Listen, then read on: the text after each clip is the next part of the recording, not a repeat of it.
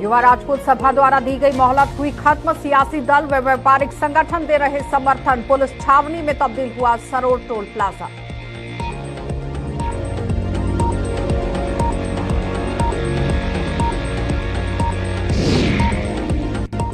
अवैध खनन से परेशान लोग पहुंचे प्रशासन की शरण में। हीरानगर के कई इलाकों के लोगों पर मंडराया खतरा। तरनहा पुल के क्षतिग्रस्त होने पर भी नहीं जागा प्रशासन।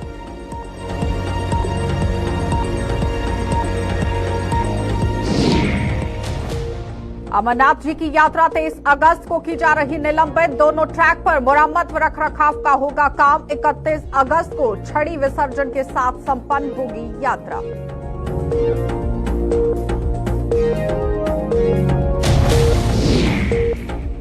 और रेलवे स्टेशन टैक्सी यूनियन ने फिर किया प्रदर्शन। ठेकेदारी सिस्टम शुरू न करने की कर रहे मांग। ओला उबर सेवा के मसौदे का भी कर रहे विरोध।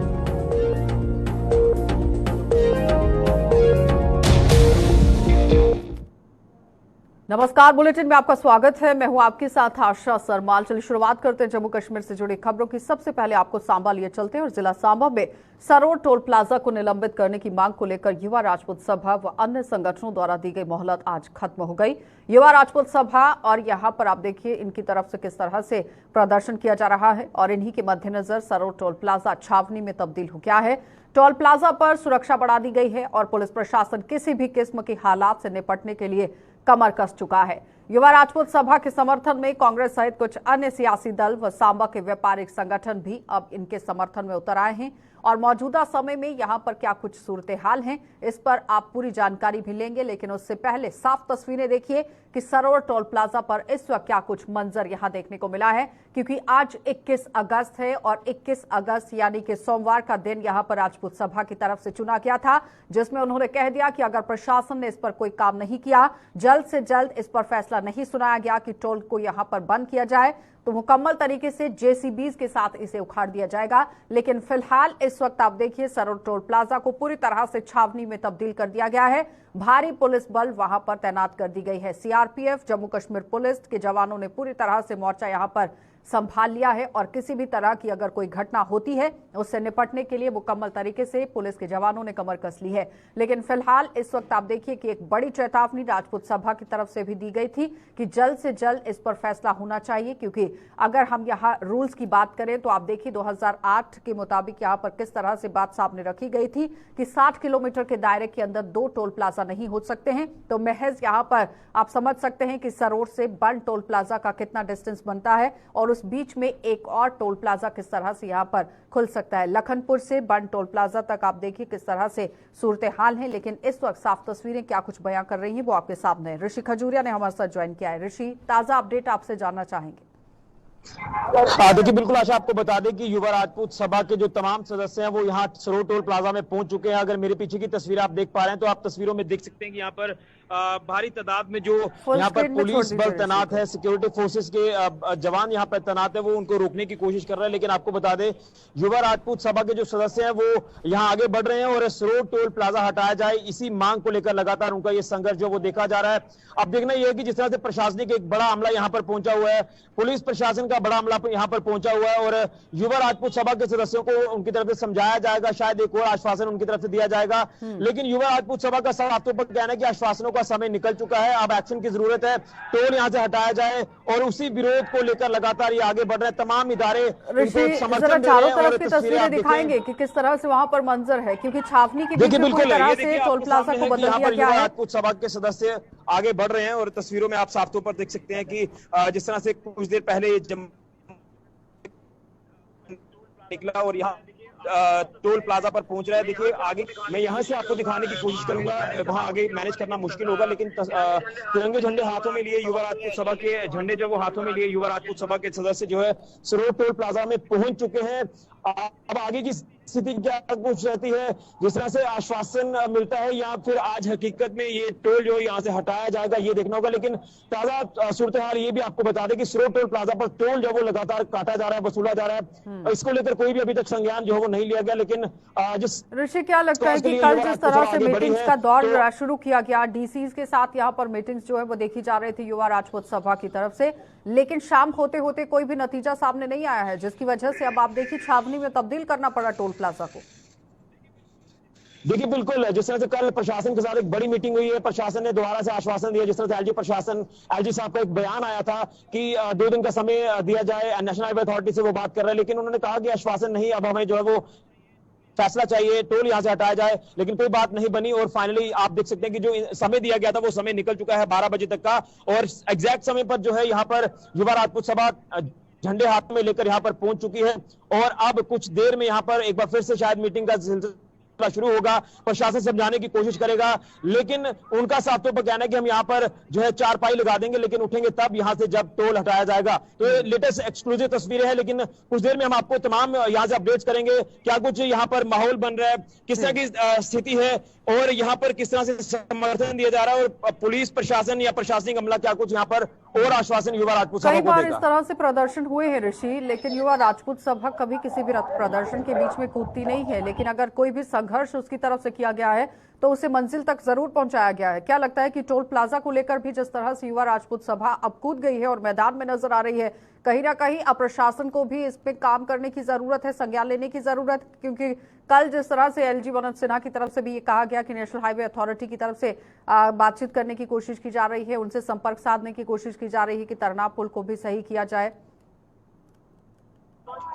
देखिए बिल्कुल, नेशनल हाईवे अथॉरिटी की बात करें तो उनकी तरफ से जो पहली ये कहा गया था कि टोल यहाँ से अभी तक नहीं हटाया जाएगा, लेकिन आपको मैं बताना चाहता हूँ कि भाजपा के नेताओं की बात कर ले, उन्होंने भी लेट संज्ञान लिया, देर आए दुरुस्त आए, ये तमाम युवा राजपूत सभा के सदस्य कह रहे हैं। लेकिन कहीं ना कहीं आपको मैं बता दूं कि हालात खराब हो सकते हैं अगर आज को यहाँ पर संज्ञान टोल प्लाजा को लेकर नहीं लिया गया तो यहाँ पर हजूम एक बड़ा यहाँ पर जो वो पहुंच रहा है। तस्वीरें आपके सामने है, अब देखना है कि हालात क्या कुछ बनते हैं, पूरी तमाम अपडेट्स आपको लगातार देते रहेंगे। तो भारी यहाँ पर बल के साथ साथ आप देखिए युवा राजपूत सभा के लोग भी पूरी तरह से जुटते चले जा रहे हैं। ऋषि, बहुत बहुत धन्यवाद। लेकिन अगर तस्वीरें वहां से दिखाना चाहे तो देखिए आप किस तरह से यहाँ पर छावनी के बीच में पूरे टोल प्लाजा को तब्दील कर दिया गया है। लेकिन फिलहाल आपको ये बताते चले कि युवा राजपूत सभा अब जमीनी सतह पर उतर आई है। उनका साफ तौर पर कल भी ये कहना था कि मुकम्मल तरीके से आगे बढ़ने की कोशिश की जाएगी। अलग अलग समुदाय भी उनके साथ जुड़ते नजर आ रहे हैं, संगठन उनके साथ जुड़ते नजर आ रहे हैं। ये साफ तस्वीरें, क्योंकि इस वक्त की जम्मू संभाग की ये सबसे बड़ी खबर है, जहां पर आप देखिए पूरी तरह से भारतीय जनता पार्टी की तरफ से भी प्रेस कॉन्फ्रेंस की जाती है कि इस पर जल्द से जल्द संज्ञान लिया जाना चाहिए। लेकिन उस बीच में अब यहाँ डीसीज के साथ भी मीटिंग की गई है शाम को, लेकिन कोई भी नतीजा सामने नहीं आया है। तो आपने साफ तस्वीरें देखी किस तरह से हालात यहाँ पर टोल प्लाजा पर बने हुए हैं, लेकिन लगातार टोल जो है वो काटा जा रहा है और युवा राजपूत सभा के जितने भी लोग हैं वो आगे बढ़ते चले जा रहे हैं। आगे बढ़ जाते हैं, अब आपको कठुआ लिए चलेंगे और कठुआ से भी आपको कुछ तस्वीरें दिखा देते हैं, जहां पर आप देखिए कठुआ जिले में तरन्हा पुल के क्षतिग्रस्त होने का सबक भी जिला प्रशासन ने नहीं लिया है और लोगों का आरोप यह है कि कई तरह के काम करने की जरूरत थी। आप देखिए तरन्हा के साथ साथ कई इलाकों में भी अवैध तरीके से अब यहाँ खनन होने की बात सामने आ गई है।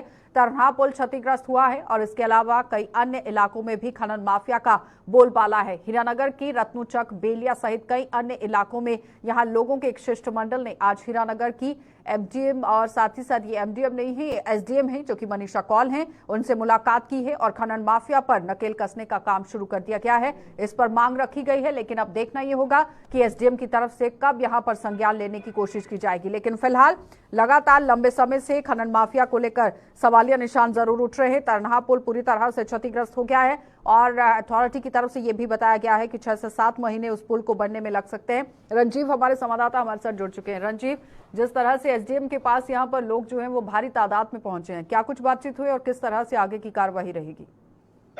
बिल्कुल मैं बताऊं आशा कि ये जो लोग हैं ये रत्नोचक बेलियां जो तरनान नाले से सटा और हीरानगर कस्बे से भी बिल्कुल नजदीक का गांव है, वहां के लोग हैं। इनका एक शिष्टमंडल आज एसडीएम से मिला। अवैध खनन सबसे बड़ा मुद्दा जो इस इलाके में बना हुआ है, क्योंकि रात को अवैध माइनिंग, अवैध माफिया जो खनन माफिया के लोग हैं अवैध रूप से मशीनें लगाकर वो तरनान नाले से जो मटेरियल उठाते हैं उसको लेकर उनके खिलाफ ये लोग एक आज लामबंद हुए हैं और एसडीएम से मिले हैं। एसडीएम से गुहार इन्होंने लगाई है कि उनके गांव के अस्तित्व को, उनकी जमीनों के अस्तित्व को बचाने के लिए इस अवैध माइनिंग के खिलाफ कोई कदम उठाया जाए। तो जिसको लेकर एसडीएम साहिबा ने इनकी बातों को ध्यान से सुना और साफ तौर पर उन्होंने आश्वासन दिया कि अवैध माइनिंग उनके इलाके में है, जो भी हो करेगा उसके खिलाफ सख्त कार्रवाई की जाएगी। लेकिन पिछले 1.5-2 साल से लगातार तरनार नाले की बात करूं, वहां पर एक भी लीज जो है माइनिंग विभाग की तरफ से नहीं बनाई गई है, लेकिन खनन जो है वो वहां पर लगातार हो रहा है, जिसके कारण तरनार का जो जल स्तर है, जहां उसका जो बेड है वो 10 से 15 मीटर तक और एसडीएम की तरफ से क्या आश्वासन दिया गया रंजीव? एसडीएम की तरफ से आश्वासन दिया गया कि वह लोग रिटर्न में उनको लिखकर दें और वह इसको लेकर उच्च जो अधिकारी हैं उनसे बात करेंगे और अवैध माइनिंग पर पूरी तरह से रोक लगाई जाएगी। यही उनका मुख्य आश्वासन था। और आशा मैं बताऊं कि उन लोगों ने साफ तौर पर कहा कि तरनार नाले का जो पुल दशा है, जिसके पिलर, वो भी अवैध माइनिंग का कारण है। तो जिसके चलते आज ये एक बड़ा कदम जो है हीरानगर प्रशासन के सामने आया है, क्योंकि बड़ा मामला है अवैध माइनिंग इस इलाके में। पहले से ही जो तटबंध है इस इलाके का, तरनार नाले का, वो पहले ही पिछले साल की बाढ़ में ध्वस्त हो चुका है। यहाँ पर 3 मौतें भी हो गई थी पिछले साल तरनार नाले में बहने से, क्योंकि ये सारा अवैध माइनिंग के चलते ही हो रहा है। आशा, चलिए, बहुत बहुत धन्यवाद रंजीव जुड़ने के लिए।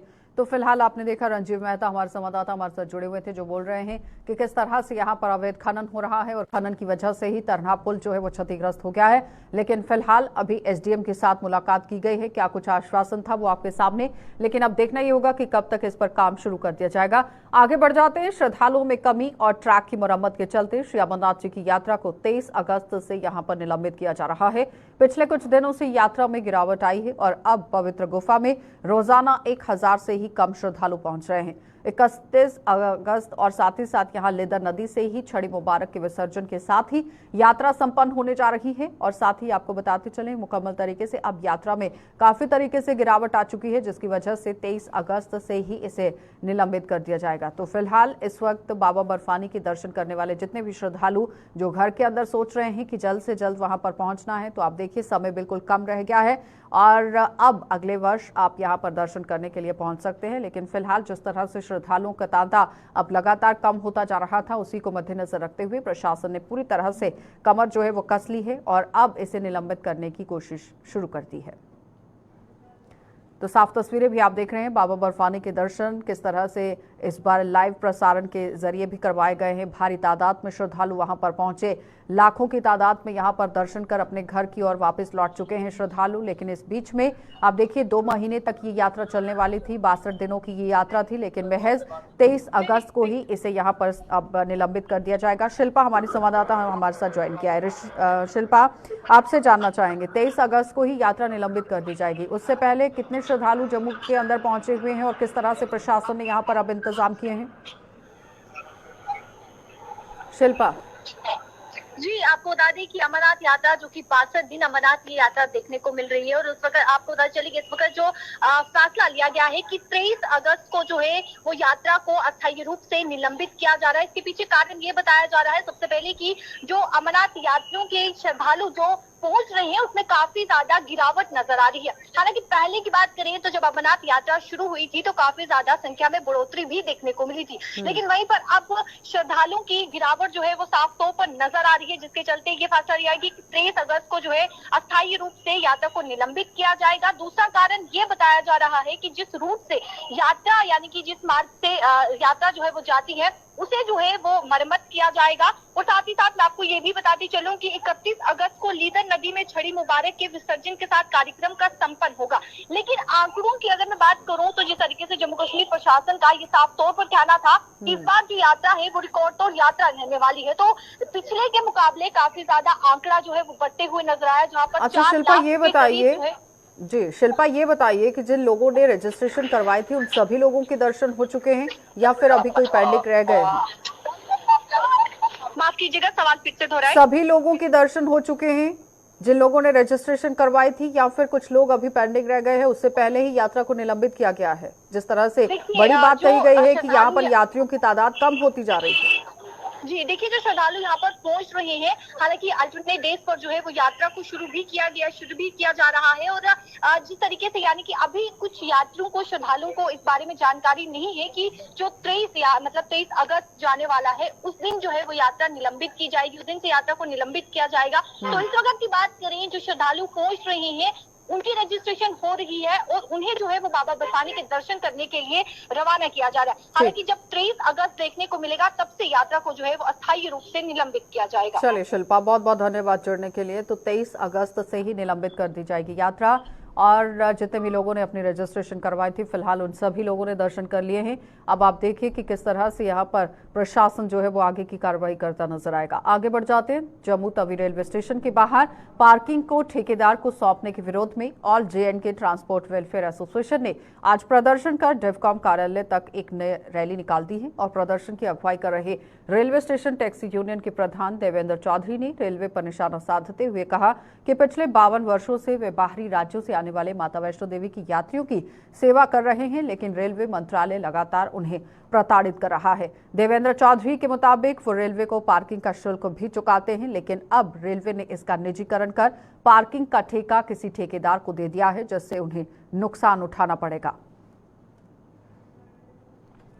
तो साफ तस्वीरों में आप देख सकते हैं किस तरह से यहाँ पर अब टैक्सी यूनियन के जितने भी ट्रांसपोर्टर्स हैं वो सड़कों पर उतर आए हैं, क्योंकि ओला उबर कैब चलाने की बात कही गई थी। उसी के विरोध में इन लोगों ने अब मोर्चा खोल दिया है। डेवकॉम कार्यालय के बाहर ये लोग धरना प्रदर्शन करते नजर आए, जिसके बीच में यहाँ पर भारी पुलिस बल को तैनात कर दिया गया। एक बड़ी रैली का देखिए आयोजन किस तरह से हुआ है, और बड़ी रैली यहाँ पर ये निकाली गई है और मुकम्मल तरीके से अपनी मांगों को सामने रखा गया है। लेकिन फिलहाल इस पर क्या कुछ अपडेट है, अनिल हमारे संवाददाता हमारे साथ जुड़ चुके हैं। अनिल, क्या कुछ अपडेट है, क्या कुछ बातचीत हुई है यहाँ पर डेवकॉम के साथ?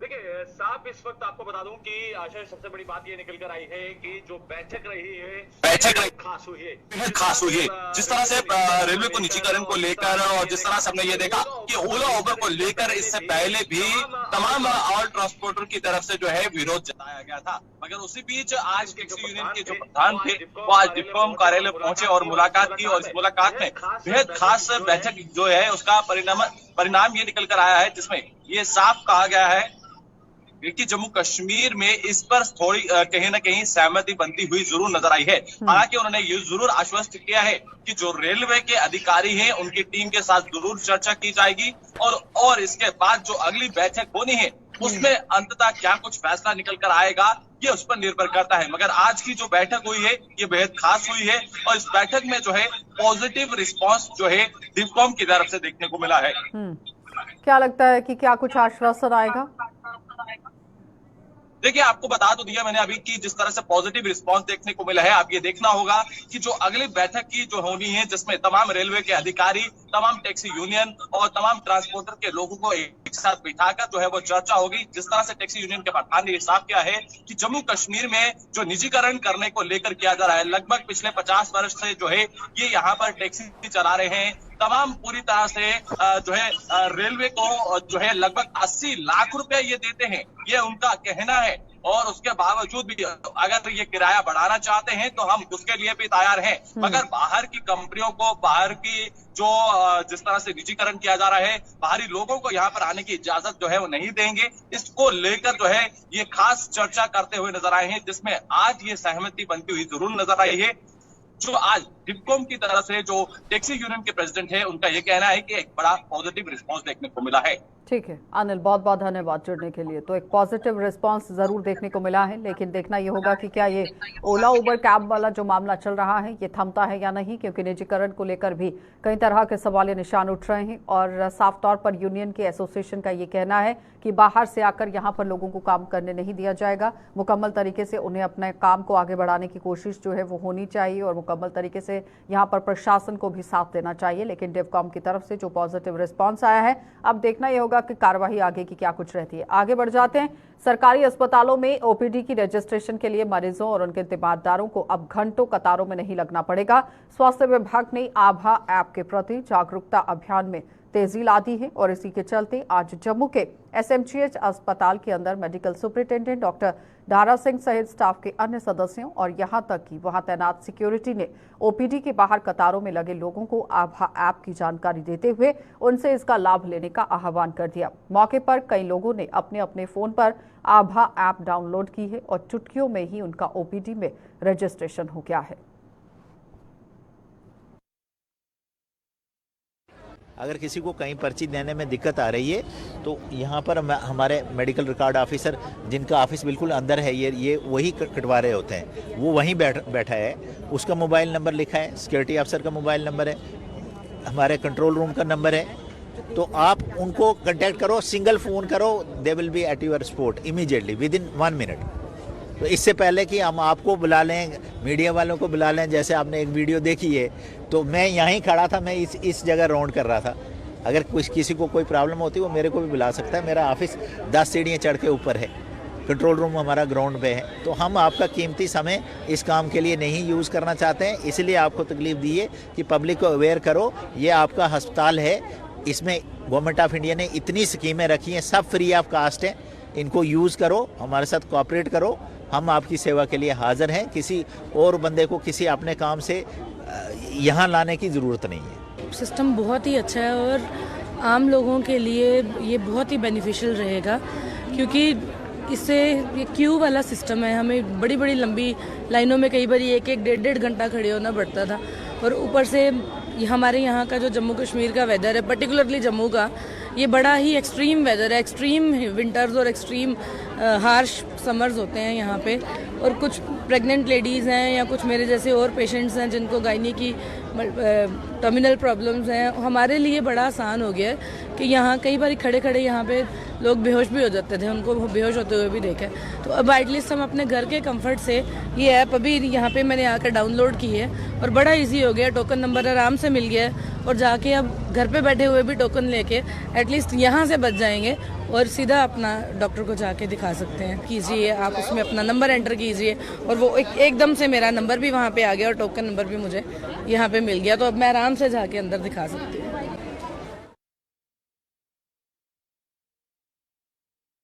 स्मार्ट मीटर व विधवा पेंशन के मुद्दे को लेकर प्रदेश कांग्रेस कमेटी ने भी जम्मू में यहां खड़िक्का तालाब के अंदर यहां विरोध प्रदर्शन किया है। प्रदर्शन की अगुवाई प्रदेश कांग्रेस कमेटी की ही कार्यकारी अध्यक्ष व पूर्व मंत्री रमन भल्ला और पूर्व राज्य मंत्री योगेश साहनी ने की है।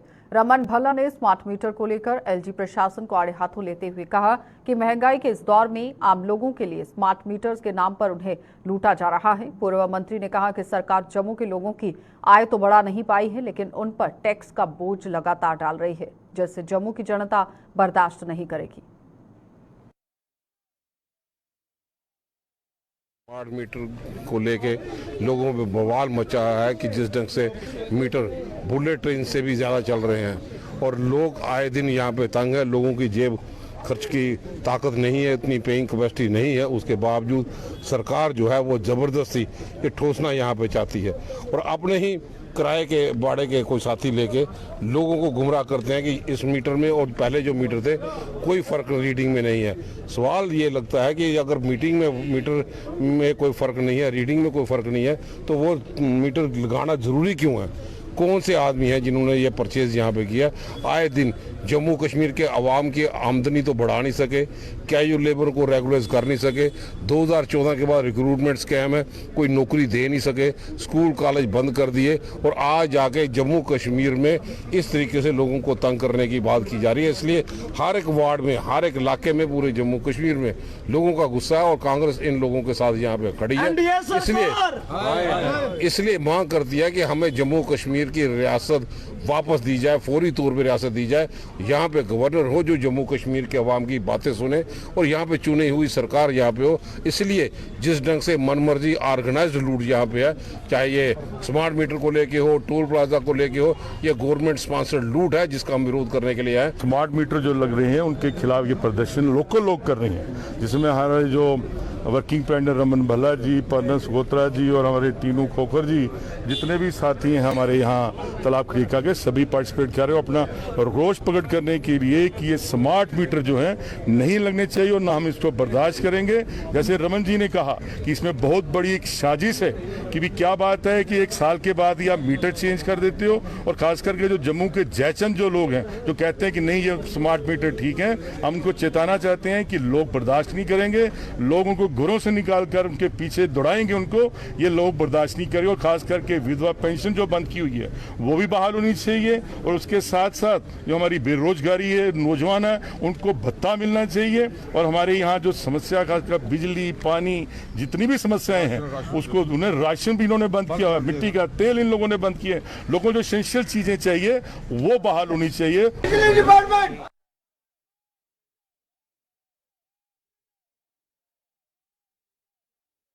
चलिए, बुलेटिन में फिलहाल इतना ही। देश और दुनिया की खबरों के लिए आप बने रहिए हमारे साथ।